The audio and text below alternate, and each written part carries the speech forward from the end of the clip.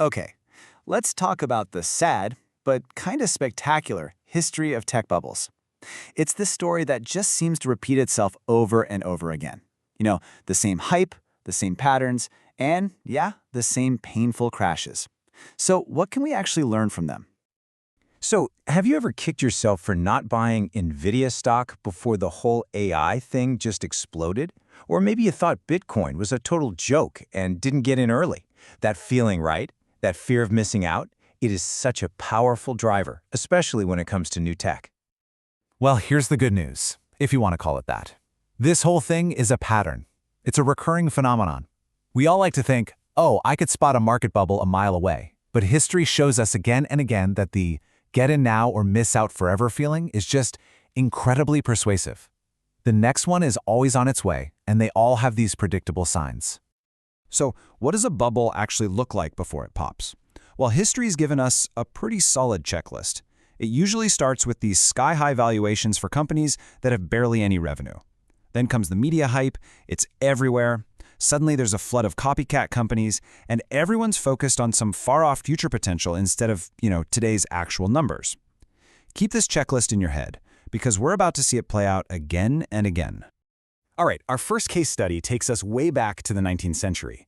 We're talking about something that seems totally normal today, railways. But back then, this was the absolute cutting-edge tech, and it created the very first true tech bubble, setting the pattern for basically everything that followed. And right away, we see the first classic sign of a bubble, a huge, enormous flow of cash into companies with almost no solid business plan. The message to investors was basically, get in now, we'll figure out the profits later. Sound familiar? It created a total frenzy, just selling these grand visions of wealth to anyone who would listen. At the center of this whole thing was a guy named George Hudson. They called him the Railway King, and he was a master of hype. He was using some really questionable tactics, like faking records to inflate the stock value and paying out old shareholders with new investment money, which is basically a Ponzi scheme. At his peak, he controlled this massive network, but when that bubble finally burst, his entire fortune and reputation just completely collapsed. But here's what's really fascinating about the aftermath. Unlike a lot of other bubbles, this one actually left something real and tangible behind. When all the dust settled, the UK had this vast network of train tracks. Get this, over half of the 11,000 miles of railway in the UK today were laid during that crazy, frantic period. So sometimes a burst bubble can actually leave behind something positive, even if it cost investors a ton of money. Okay, let's jump forward to the 20th century. The pattern repeats itself, but this time, the boom was built on stuff that's way less permanent than steel tracks. We're talking video game cartridges and lines of code. So by 1983, the home video game market was huge for a brand new industry. It was valued at what would be about $10 billion today. The tech was new, the excitement was off the charts, and companies were just rushing to cash in. But another classic bubble symptom was about to bring the whole thing crashing down: market oversaturation. This slide just shows you how shockingly similar these two crashes really were. Each one had an iconic symbol of failure, right? For video games, it was the famously awful E.T. game. For the dot-com bubble, it was that Pets.com sock puppet. The cause? Same story, different details. Market oversaturation and poor quality for games, and possibly high valuations online. And even the aftermath was similar. One left behind a bunch of plastic cartridges literally buried in a desert, and the other left behind the digital infrastructure that a few survivors like Amazon would use to build the modern internet. For the dot-com era, this right here was the starting gun. When the browser company Netscape went public, its stock price just exploded on day one. And that moment showed investors that you could make an absolute fortune on these small tech companies with little more than a web domain and kind of a vague idea. The frenzy was on. And here you can just see how fast it all came apart.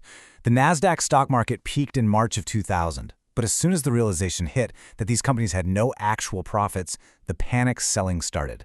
In less than a year, the index was cut in half. Billions and billions of dollars in investment just evaporated. So that brings us to today. With this historical pattern locked in our minds, let's try to apply our bubble spotting skills to some of the biggest tech trends of the last decade or so. Hey, remember the social media boom? Facebook's IPO was the biggest in tech history at the time, and it was followed by these massive valuations for Twitter and Snapchat. But even back then, experts were asking, how do these sites actually make money? I mean, despite the huge user numbers, it just wasn't clear if these insane valuations were justified. Another classic sign of a bubble. Now, what's really interesting is the green tech sector, because you can find good arguments on both sides. The case for a bubble points to a pretty fragile industry. It's often based on tech that's still being developed, and it depends a lot on government subsidies. And you have big failures like Solyndra as a cautionary tale. But the other side argues that no, there's real policy support and genuine tech breakthroughs happening, and these valuations reflect true long-term growth. It's a perfect example of just how hard it can be to tell a bubble from a real revolution while you're in it. And then there's the metaverse. The hype cycle here was absolutely textbook. We had these enormous projections of a multi-trillion-dollar market. You had big brands like Gucci and Coca-Cola rushing to invest. But if you just look at the history, similar technologies like Google Glass and 3D goggles have consistently flopped. It really makes you ask the question, was this ever going to be more than a niche gimmick, despite all that money pouring in? Which brings us to the biggest tech story of today, artificial intelligence. This right here is the ultimate test. Is it the most significant technological revolution of our lifetimes, or is it the biggest bubble we've ever seen? I mean, when you look at AI through that historical lens we've been using, it checks all the boxes. You've got an oversaturated market with companies rushing to cash in. The valuations are astronomical. And for a lot of these firms, the business plan seems to be little more than, we do AI, trust me. It looks exactly like the bubbles of the past. And really, nothing illustrates the hype more than this. Just look at the meteoric rise of NVIDIA. A company that used to make graphics chips for gamers suddenly became one of the largest companies on the planet, almost overnight, just because its technology is perfect for running AI. I mean, that kind of explosive growth is a massive red flag for a speculative bubble. So this really gets us to the core of the debate today. One side sees all the classic signs, the soaring stocks, the vague business plans, the pure hype. But the other side insists this time is different. They point to real-world applications that are changing entire industries right now. And that puts all of us in the same, really difficult position. Are you being smart and wisely avoiding a bubble, or are you about to miss out on the biggest revolution yet? Which, of course, leaves us with the ultimate question. After seeing this exact same pattern play out for over 150 years, from railways to the internet and now to AI, we have to ask ourselves, is this time really different? Or are we just riding the wave of the next great tech bubble, waiting for the crash that always seems to come? Now that you know the signs, you get to decide for yourself.